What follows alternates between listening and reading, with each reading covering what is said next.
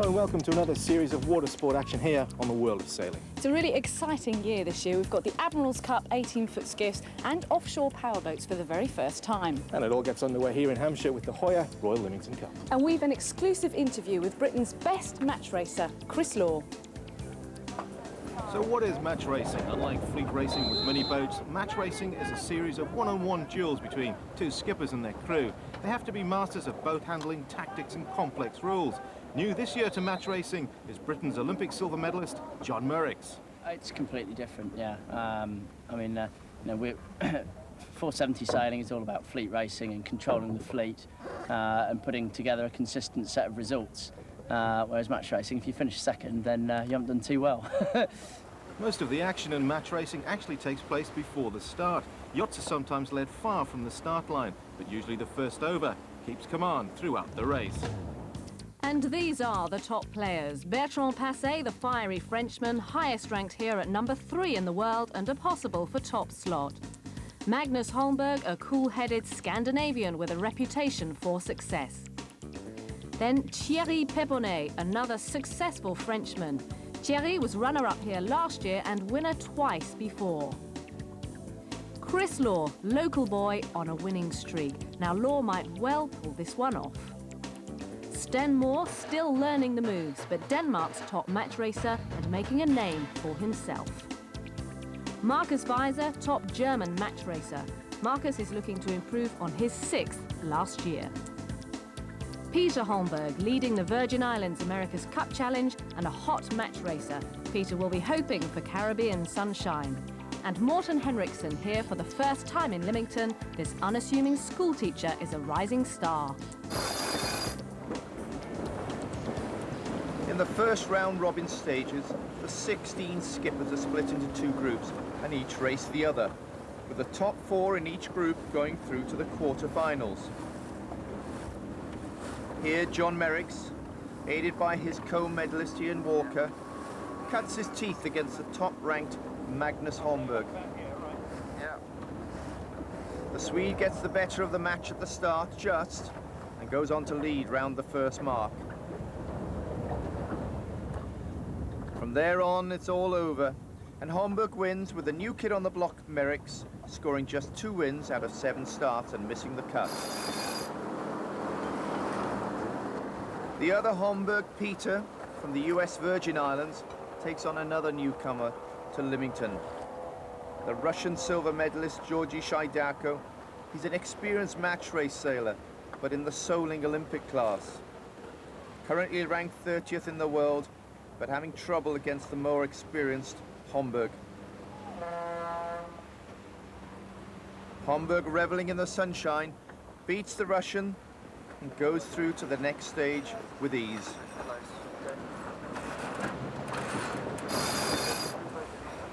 Top German sailor Marcus Weiser and the highly experienced New Zealander Gavin Brady go through some aggressive maneuvers during the pre-start battle. In this case, Brady comes off the better, and Weiser struggles to find his form, only scoring 1 win in the entire regatta.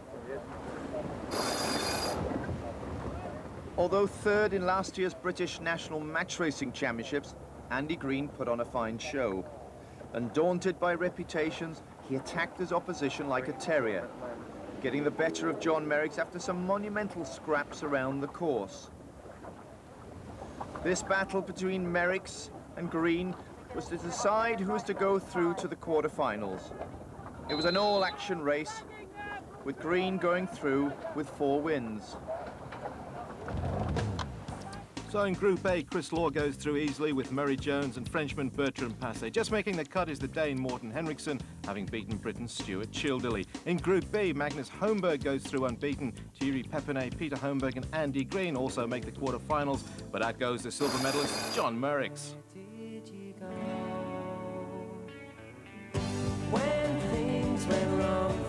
Chris Law took a long break from sailing after he helmed the British America's Cup boat in 1987. He's come back with a new approach to his sport. The arrogant, ruthless man has gradually mellowed, and events this year have called all his values into question.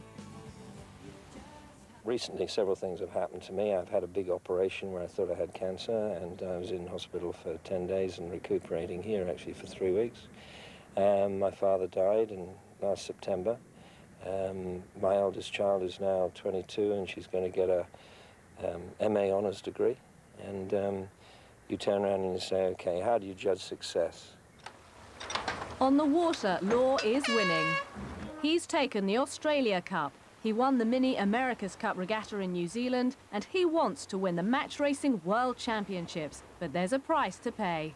Well, if I'm being really honest about it, it's a lonely life too, because I'm being quite selfish in what I'm doing.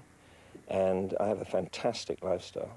I mean, I was flown from Antigua last week, I'm here, there, but I, at this moment in time, don't have anyone to share it with. I don't have a home to go back to. So there's always a flip side to what you do. So I mean, I often think I had my life the wrong way around. I should have done what I'm doing now 20 years ago and should be taking life seriously now. But you can't plan it. He was born in... So we're through to the first quarter-final, and Chris Law pitted against the much younger and the exciting prospect of Andy Green. Andy's had to work hard to get through to this position, first time in a major Grade 1 regatta. And he puts a lot of pressure on Chris Law. Chris with the blue jib, Andy Green with the yellow jib. And Andy in control at this point.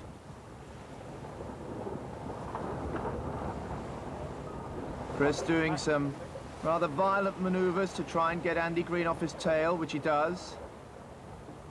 This could be a mistake for the youngster. And as they come to the starting line, Law and the blue jib bearing away, getting speed. Starts just to windward of Andy Green. Green in a safe position to leeward, but Law is able, as we can see here, to point a little bit higher. Green has to tack for a cruising boat. And Law tacks just to leeward of him. And gains, as a result, in his first round, the weather mark. Good crew handling by Law's very experienced crew. Green comes round behind, but is not able to exert any pressure on Law, who crosses the line to win. This is great experience for Andy Green, but unfortunately goes out 3-0 to Chris Law. In the all-French showdown, Pepinay starts very well. But the first race which he won is abandoned, and he goes down 3-0 to the hard-charging and higher-ranked Bertrand Passet.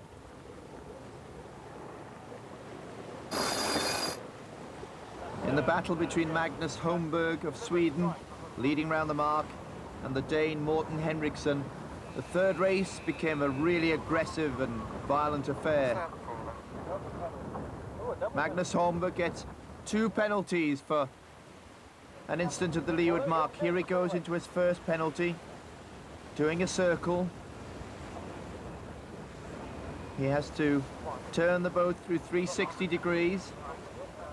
And with a double penalty, he has to do another turn. Magnus not happy. In fact, he's not doing his second penalty. And they black flag him. Black flag, disqualification for Holmberg. So Morten Henriksen goes through to the semi-finals. In the last tie, Peter Holmberg of the US Virgin Islands takes on Murray Jones of New Zealand. In the pre-start maneuvers, it's very aggressive. Holmberg on the right of the picture, nearly hits the New Zealander. Protest flag going up. What do the umpires do?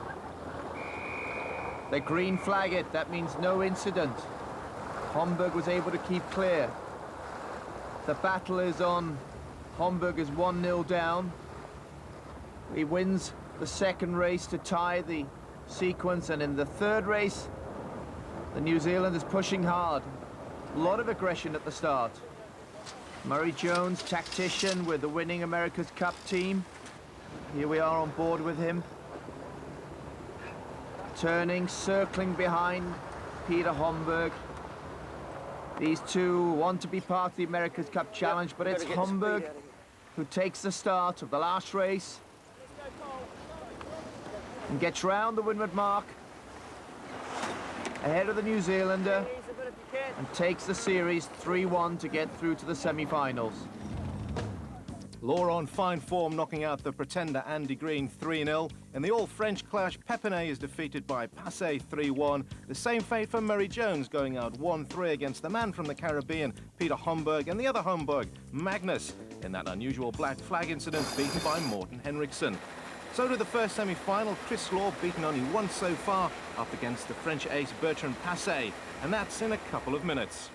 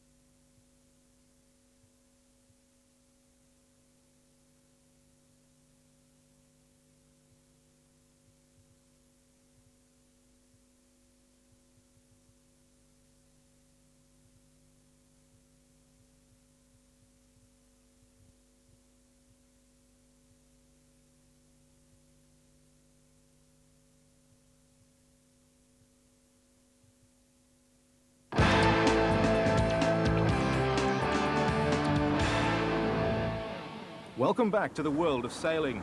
The high standard of sailing is evident when you consider the caliber of those knocked out early. One such man, 470 Olympic silver medalist John Merricks. It's a new experience for me, really, particularly when it was light to begin with. We had two wins, and then it was a head-to-head, actually, for the last race, which was whether or not we got through to the quarterfinals, and that was with Andy Green.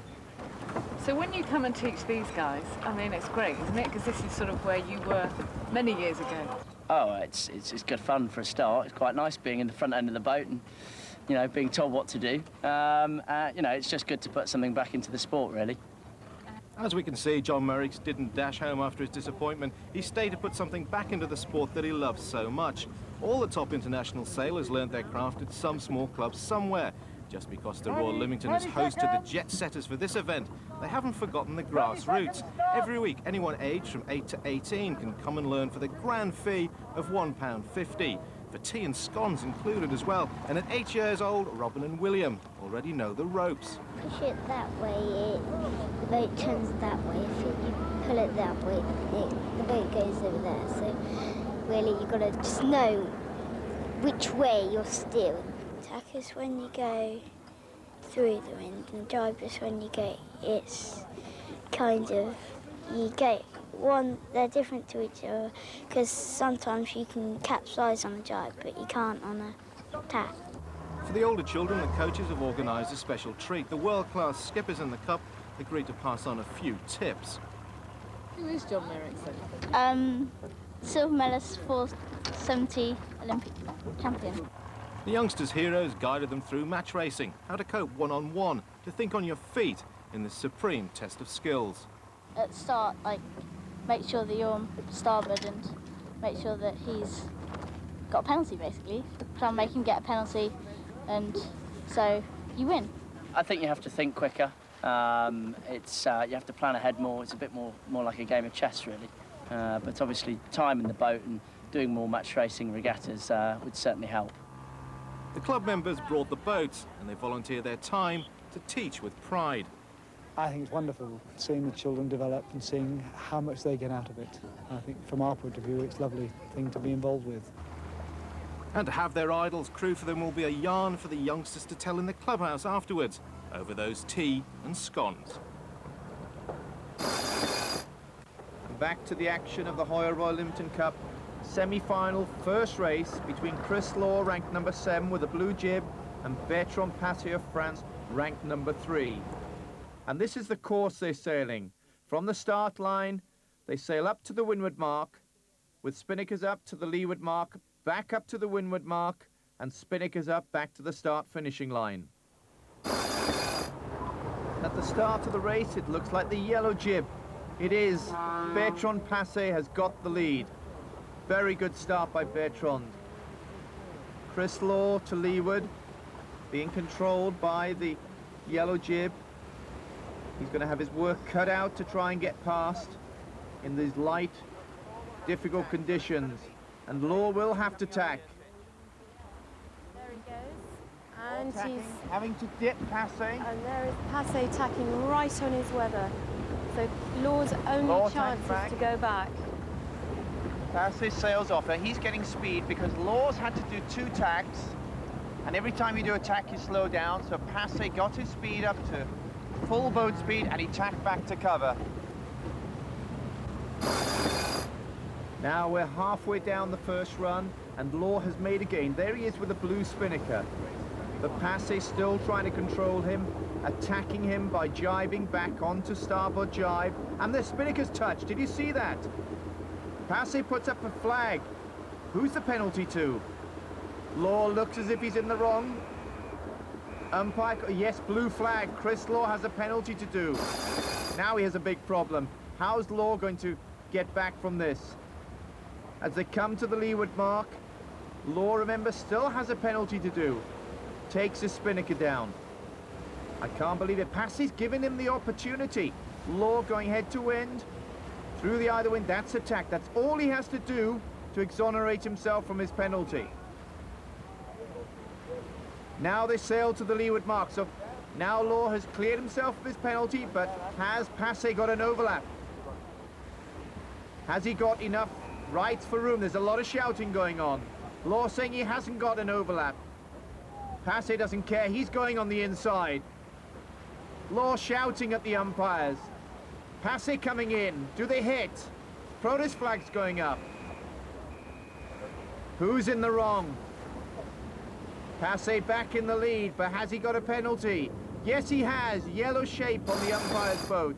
And 50 meters from the finishing line, Law very aggressive. Passé has a penalty. They collide. Can Passé exonerate himself? He does. Now it's a race for the finish. And Chris Law wins the first race of the semi-final. What an exciting one. And straight into race 2 of the semi-final. It's all fair in match racing. They've swapped boats. So Passé has the blue sail boat and Chris Law the one with the yellow sails. The starting procedure is all nip and tuck. This is where the race can be won and lost. And in this light wind condition, it's very important for both boats to have a good start with good speed at the start. Roll into attack. Law tacking. Turning the boat to chase Bertrand Passé. How long? How long? Calling for time for his crew. Stand by jibe. He's very clear about the maneuvers that he wants to do. Jibing onto starboard to follow Bertrand Passé. 1 minute 45 to the start. And Passé is leading into the line. Law with the yellow sail chasing him. And the idea here is that Law will try and push Passé over the line. Passé watching him. Looking at the distance between him and the starting line. Less than a minute to go. They're probably about 35 seconds from the start. Passé's early. You see, he's trying to slow the boat down. Luffing, bearing away, trying to sail more distance than there actually is between him and the start. Law very cool. He knows that Passé is early. Stand by tack. Passé going head to wind. Law going ahead to wind. Now the decision is when to break for the line. Is Law overlapped? Port. Yep, Law must have been overlapped. He's decided to take the right-hand side of the start. Now it's acceleration. Getting the speed of the boat up. And the gun goes. here. Passé on the left. Law tacking on the right-hand side of the starting line. Now Law is on starboard. He has the wind coming over the right-hand side of his sails. He has the right of way. So when Passé comes back to him, Passé will have to... And here he is. He's having to keep clear, bearing away. Call for protest there by Law. And here we see a replay. Law's right-of-way boat. He's chasing down after Passé. Passé having to take avoiding action. Look at that violent turn. Law calling for a protest. I don't know why, but no flag raised. So on the first cross, it's Chris Law who has the decider. Green flag by the umpires. That means no penalty. And Passé coming back to him, but Law is ahead. Attacking now. Law going to tack on his wind. He's going to deflect air from the wind, from his sail, straight onto Bertrand Passé, and of course Passé just tacks away.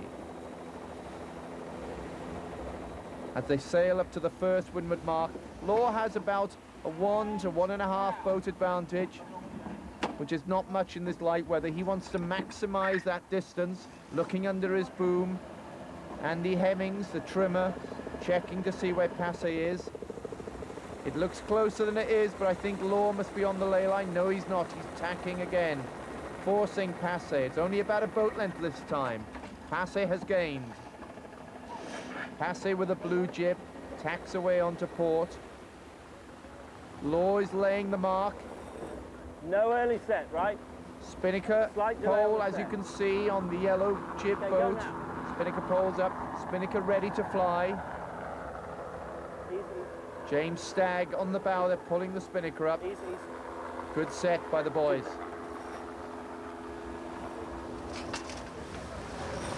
Passé coming round, 2 boat lengths behind at this point. Now Passé has the advantage.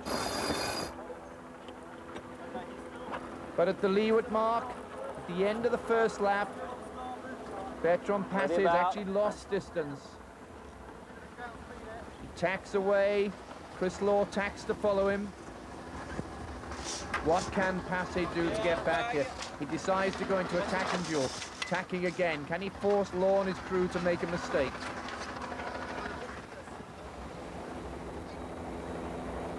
Law tacks. Bertrand Passé tacks away. It's not easy in these light conditions. Crew work is usually easy in the lighter stuff. It's about boat speed and tactics. Law gains round the weather mark, and a cheeky maneuver. He sails down to leeward, jives around the weather mark ahead of Passé. Okay, one more. Coming to the finish, Law into his last jibe. James Stagg on the bow with the Spinnaker pole. Good crew work. Good one. Even Law acknowledges that. As they come to the finish, cross the finishing line to win race 2, and Law beats Passé in the 3rd race and goes through to the final. Last year we were in this position, we got to the final, and I think we sailed well to get to the final, and then I was beaten in the final 3-zip, and I'm determined not to drop my focus for this event today. The guys have been sailing so well that I don't want to let them down. So Chris Law has knocked out the top seed Bertrand Passé. In fact, he's only lost 1 of his 12 races. He really is gunning for victory. But standing in his way is the unknown Dane Morten Henriksen or the vastly experienced Peter Homburg. Find out what happens next week on The World of Sailing.